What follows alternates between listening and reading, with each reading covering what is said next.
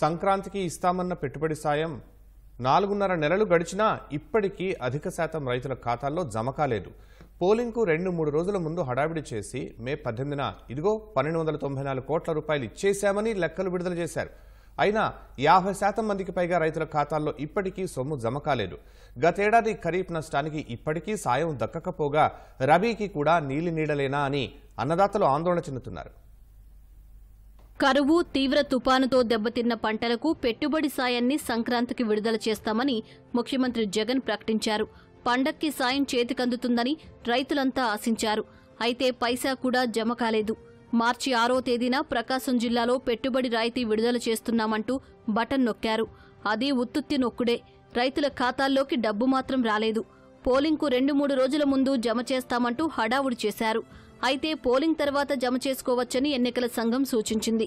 రైతులకు పెట్టుబడి సాయంగా 1294 కోట్లు విడుదల చేశామని ఆర్థిక శాఖ మే 18వ తేదీన ఇచ్చిన లెక్కల్లో వెల్లడించింది.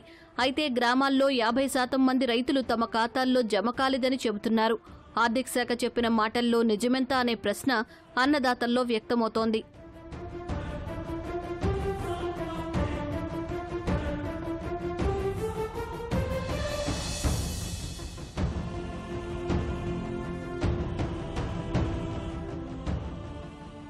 పెట్టుబడి సాయం జమ చేశామని ప్రభుత్వం చెప్పడంతో ఖాతాలో పడిందేమో చూడండయ్యా అని రైతులు మండుటెండల్లో బ్యాంకులు పోస్టాఫీసుల చుట్టూ కాళ్లరిగేలా తిరుగుతున్నారు.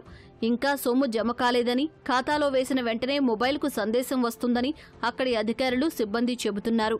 వ్యవసాయ శాఖ అధికారులు ఆర్బీకేల్లోని వ్యవసాయ సహాయకుల్ని అడిగితే తమకేమీ సమాచారం లేదని, నేరుగా ఆర్థిక శాఖ ద్వారా ఖాతాల్లో వేస్తారని సమాధానమిచ్చారు. ఎప్పుడు జమ అవుతుందో, అసలు వేస్తారో లేదో అర్థం కాక రైతులు ఆందోళన చెందుతున్నారు. రబీలో కరువు నష్టానికి పెట్టుబడి సాయం ఇంకెప్పుడిస్తారో అని కలవరపడుతున్నారు.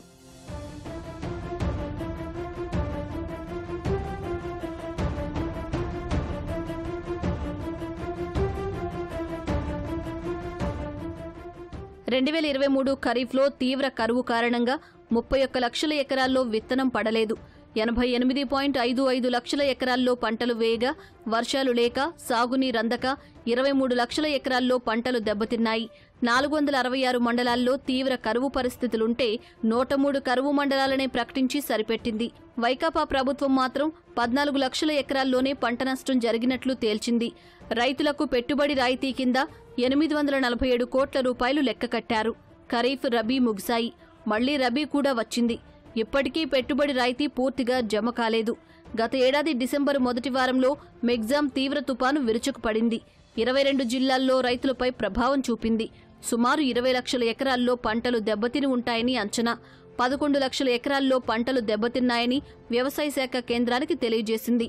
తీరా పంట నష్టం గణన నాటికి 6.64 లక్షల ఎకరాల్లోనే పంట నష్టమంటూ తేల్చి 442 కోట్ల రూపాయలు పెట్టుబడి సాయం మాత్రమే ప్రకటించారు. 2023-24 రబీ పంట కాలంలోనూ 661 మండలాల్లో తీవ్ర కరువు పరిస్థితులే నెలకొన్నాయి.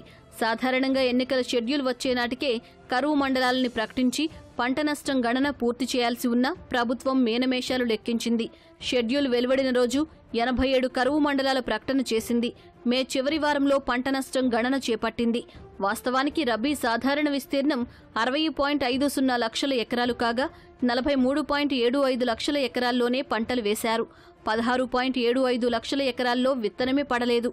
వానల్లేక సుమారు 20 లక్షల ఎకరాలకు పైగా విస్తీర్ణంలో పంటలు ఎండిపోయాయని అంచనా. అయితే వ్యవసాయ శాఖ ప్రాథమిక అంచనాల్లో 87 మండలాల్లో 2.52 లక్షల ఎకరాల్లోనే పంట నష్టమని గుర్తించింది. దీనికి కూడా సాయం ఎప్పటికీ ఇస్తారనే విషయమై ఎప్పటికీ స్పష్టత లేదు. ఇంకా కేంద్ర బృందం పరిశీలన కూడా చేయలేదు. కేంద్ర బృందం వచ్చినా పొలాల్లో ఎక్కడా పైరు కనిపించదు. దీంతో పెట్టుబడి సాయంపై రైతుల్లో ఆందోళన నెలకొంది.